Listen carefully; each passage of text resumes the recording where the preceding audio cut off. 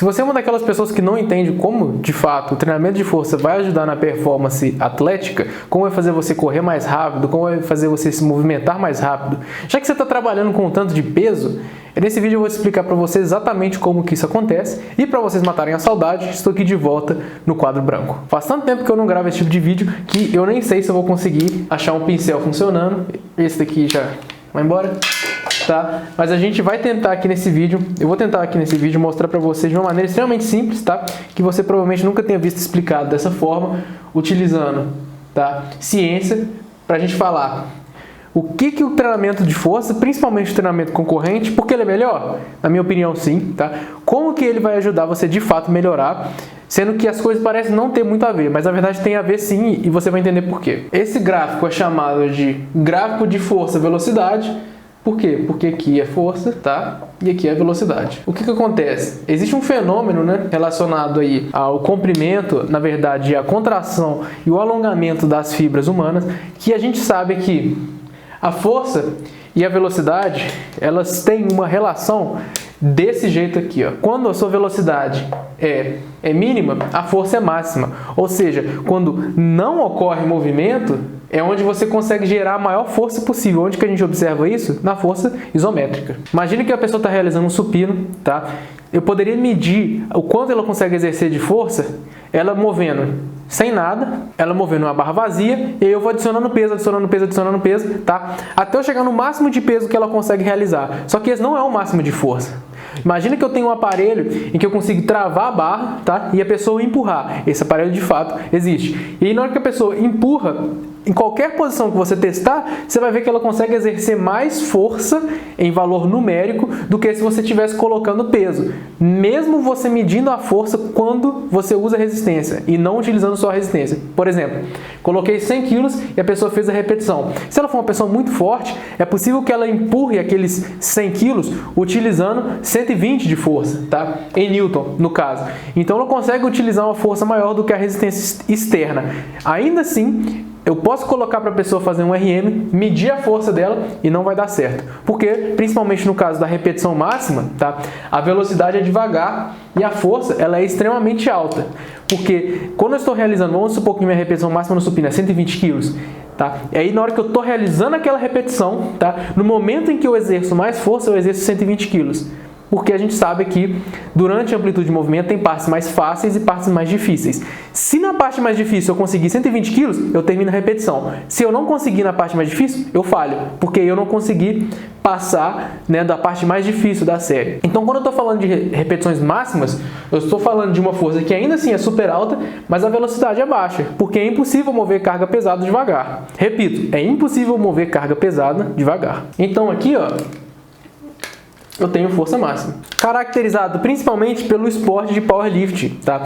Porque é um esporte em que você pode observar as repetições, principalmente a terceira, onde a pessoa geralmente está tentando quebrar um recorde pessoal, um recorde de competição, alguma coisa assim. Você vai ver que a pessoa está custando a subir. E eu te garanto que se você pedir ela para fazer, não, faz essa repetição um pouquinho mais devagar. Impossível, tá? Impossível.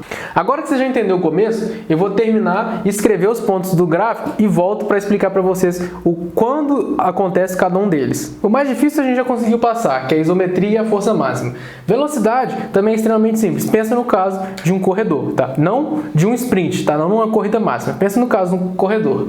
A força, ela não é tão alta assim, mas ela não é zero. Afinal de contas, você está lutando contra o peso do seu próprio corpo, né? Contra a gravidade. Mas a velocidade, ela tende a ser a maior que a gente consegue alcançar. Então, se a carga for relativamente baixa, você consegue mover bastante. E aí a gente tem os valores intermediários, tá? No caso, tem a força-velocidade, que seria aquele trabalho pesado, vamos dizer assim. Quando você pensa no treinamento de força, você às vezes pensa ou num cara fazendo um RM, ou num cara fazendo 3 de 3, 3 de 5. Isso é força-velocidade. Quando você pensa no treinamento de um levantador de peso olímpico ou de algum outro atleta explosivo, você vai pensar que muitas vezes eles estão realizando os LPOs, que muitas vezes vão estar dentro da força e velocidade ou do power, ou você vai pensar numa pessoa que está realizando às vezes um salto com colete, um salto com resistência, salto com barra nas costas. Isso vai ficar aqui dentro do power, que você está pensando principalmente aqui na taxa de produção de força, tá? Vai ficar entre os dois. E na questão da velocidade e força, pensa às vezes numa pessoa que está realizando um salto só com o peso do corpo. Você tem que exercer mais força do que você precisa para correr, mas é uma força relativamente baixa, principalmente porque você não tem tempo suficiente para desenvolver essa força. Imagina que se a gente fosse pensar aqui em tempo ao invés de velocidade, seria justamente o contrário, né? Onde você precisa de mais tempo é onde está mais pesado. No caso da velocidade, você não tem tempo, você está ali correndo pra caramba. Na velocidade de força, o tempo de saltar é o tempo de você agachar e subir. Pum! Se eu estou utilizando um pouquinho de peso nesse meu salto, eu consigo desenvolver mais força e às vezes até saltar mais alto, tá? Por quê? Porque você vai fazer o salto mais devagar para conseguir produzir mais força. Se eu estou treinando com 75% do meu agachamento, eu consigo mover rápido e ainda exercer bastante força. Por isso que não é um estímulo máximo, mas ele quase é, né? 80%, 90%. E se eu estou trabalhando com um RM, aí a repetição já fica devagar pra caramba, porque eu estou tentando recrutar o máximo de fibra muscular. E se eu estou parado no lugar, eu vou ficar ali empurrando até eu fazer o máximo que meu corpo aguenta. Então você pode perceber essa relação entre a força e velocidade. Agora, o que isso tem a ver com o treino do atleta? É isso que a gente vai falar agora. A maior parte dos atletas, tá, não chega aqui em cima. Por mais que você queira treinar pesado, né? Se você está assistindo meu canal, imagino que seja esse o caso. Se você é um atleta de um esporte de campo, de um esporte coletivo, o seu treinamento vai ficar muito aqui embaixo. Pô, então como é que o treinamento de força vai conseguir me ajudar? De maneira extremamente simples, cara. Observe aqui o seguinte caso. Vou fazer um pouco menor aqui do lado de cá. Imagine que esse daqui é o seu gráfico, correto? Esse daqui é o seu gráfico. Se você treinar a parte superior ou a parte lenta do seu gráfico, tá? O que vai acontecer com os seus resultados? O seu gráfico vai chegar mais para cima. Imagina, com tempo ilimitado você exerceu mais força. Com pouco tempo você exerceu mais força. Com um tempo razoável, você exerceu mais força, o que vai acontecer com o seu gráfico? O seu gráfico vai subir, tá? E isso é uma explicação extremamente simplista, eu sei, eu vou aprofundar mais nisso, mas isso aqui é basicamente porque o que Luiz Simmons fala de que a força máxima, ela é a mãe de todas as forças, né? Porque se você puxa isso daqui para cima, a tendência é você puxar o seu gráfico todo para cima. Mas, Gabriel, quando você treina força, você não treina apenas força máxima, você tem razão, cara. Quando você está treinando, principalmente no método conjugado, tá? Que é o que eu gostaria de falar mais nesse vídeo, você vai estar treinando força máxima, você pode estar treinando qualquer um dos dois, tá? E é interessante que você faça GPP, preparação geral, para você treinar também esses dois. Agora, eu vou pegar esse ou esse, não sei, vai depender da sua periodização. Mas imagina que num dia você faz força máxima, tá? Geralmente é o primeiro treino da semana. No segundo treino da semana você realiza o esforço dinâmico, então você vai ficar alguma coisa aqui. Você quer fazer o esforço dinâmico de verdade? Então você vai fazer força e velocidade. 75% a 85%. Você é um atleta, é esperto, não é bobo. Quer fazer 5 de 5 com saltos, com resistências? Você está treinando isso aqui. E no outro dia, Gabriel, na terça-feira que eu não treino com peso, você vai fazer o quê? Você vai puxar sled, você vai fazer condicionamento, você vai fazer o quê? Isso daqui. O treino do método conjugado, ele é uma das únicas formas que você consegue treinar tudo isso ao mesmo tempo, de maneira a garantir que quando você aumentar essa força máxima, você está puxando o seu gráfico todo para cima, correto? E ainda tem outra questão. Geralmente, quando o atleta ele quer ficar no corte superior da categoria de peso dele, se for um esporte que tem a categoria de peso, para ele conseguir manter o máximo de massa muscular possível. E o treinamento de hipertrofia vai caber aonde? O treinamento de hipertrofia muitas vezes vai estar entre esses dois também, tá? Então, só para tirar essa dúvida. Mas se for às vezes um atleta de campo, um atleta de corrida, cujo peso alto não é algo extremamente interessante, você vai estar treinando principalmente fatores neurais. Então ainda é melhor, cara, porque você pode preocupar um pouco menos com a parte de hipertrofia e focar mais no seu treinamento de força, método de esforço máximo, método de esforço dinâmico, correto? E no seu condicionamento, porque são altamente neurológicos. E aí você consegue manter o seu peso à medida que você consegue exercer mais força. Se você treinar para exercer essa força que você tem com alta taxa de produção de força em um tempo curto, você vai se tornar mais explosivo. Então essa é a ideia. O método do esforço máximo, vamos anotar aqui, ele entra aqui, o método do esforço dinâmico, ele entra aqui e o GPP entra aqui.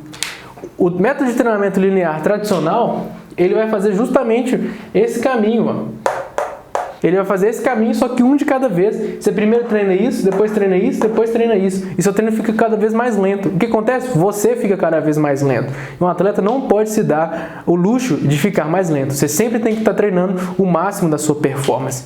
Então eu recomendo você que gostaria de aumentar a velocidade da sua corrida, da sua aceleração, do seu disparo, a utilizar o método conjugado. Para um atleta de longa distância que está focado exclusivamente nisso daqui, pode não ser tão interessante assim, e aí você vai ter que pesquisar outras formas de treinamento, porque o que é importante é você manter a sua performance durante muito período, enquanto esse outro tipo, no caso um atleta de futebol, por exemplo, ele está o tempo todo gerando sprints máximos, corridas máximas, com tempo médio ou às vezes curto de recuperação. Então, onde você já viu gerar esforços máximos com tempos de descanso médio ou curtos? É a definição de esforço dinâmico, entendeu? Então, acho que é uma forma de treinamento que é muito legal, que poderia ser utilizado por mais atletas do que é na verdade, porque embora você não perceba, ele é altamente específico, cara. Pense no caso de um voleibol, um atleta que tem que esperar sacar o ponto, tem que esperar a bola chegar para ele explodir e fazer o salto mais alto que ele conseguir. O que é isso, cara? O que é isso se não é você esperar e fazer um esforço máximo, entendeu? Ah, Gabriel, mas aí se ele ficar treinando só esforço máximo, ele vai ficar mais lento, você está certo, por isso que o método conjugado treina tudo isso ao mesmo tempo, tá? Gostaria de convidar vocês a observar o treinamento de força dessa forma. Gostaria de falar rapidamente agora no final desse vídeo que existe todo esse mito de que o atleta que tem massa muscular não é interessante porque ele fica lento. Em primeiro lugar, como eu já falei, o que vai fazer com que você seja lento ou explosivo é o seu treinamento. Ah, Gabriel, a genética. A genética que você não pode mudar, então eu não me importo com a genética. Eu me importo com aquilo que eu posso mudar como treinador ou que você pode mudar como atleta, tá? Então a genética é papo para outra pessoa, correto? Seguinte, o que vai definir se você é rápido ou explosivo é seu treinamento, beleza? Agora, pensa comigo, a questão da massa muscular. Uma pessoa que tem 60 quilos com 12% de percentual de gordura, uma pessoa que tem 60 quilos com 20% de percentual de gordura, você concorda comigo que a pessoa que tem mais massa muscular tem mais potencial de gerar força e explosividade? Eu acho que isso é básico, né, cara? Então eu não sei porque existe todo esse mito de que o atleta, ele, no caso, não pode ter muita massa muscular, porque isso vai atrapalhar ele. O que atrapalha não é a massa muscular, é o peso, né? Afinal de contas, tecido contrátil é tecido ativo, é tecido que gera movimento.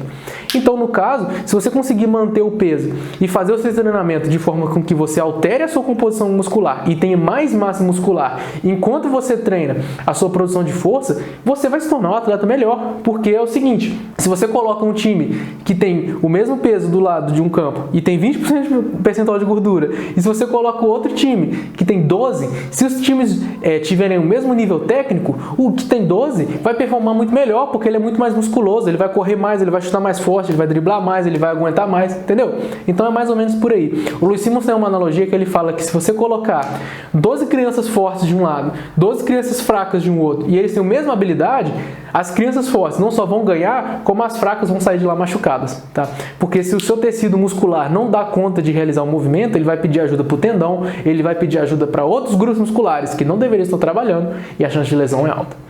Então, eu queria comentar rapidamente sobre isso, porque eu falei lá atrás da hipertrofia, e eu sinceramente acredito que o treino de hipertrofia ele é essencial, não só para performance, quanto para prevenção de lesão, tá? E você consegue controlar o peso do atleta a partir da nutrição, porque ganhar massa muscular, principalmente para atletas de elite, pensando aí que vai ter um pouco de esteroide anabolizante, não tem a ver com ganhar peso. Você consegue controlar a composição corporal sim, a gente sabe fazer isso.